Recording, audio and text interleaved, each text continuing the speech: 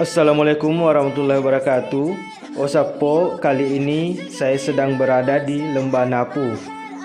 Lembah Napu ini terletak kurang lebih 3 jam perjalanan dari kota Palu.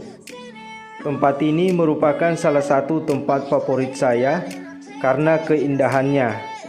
Di tempat ini ditumbuhi berbagai macam tanaman yang indah seperti pinus dan aneka ilalang.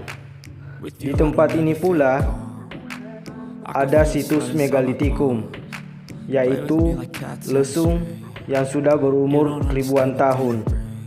Jadi banyak dikunjungi wisatawan, baik itu dari luar negeri maupun yang lokal.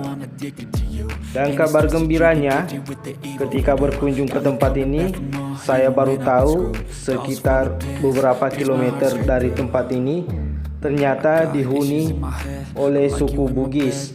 Jadi di tempat ini ternyata banyak juga suku Bugis. Jadi ketika pulang dari tempat ini,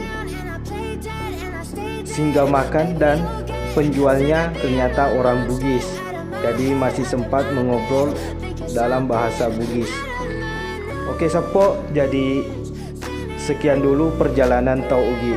Assalamualaikum warahmatullahi wabarakatuh.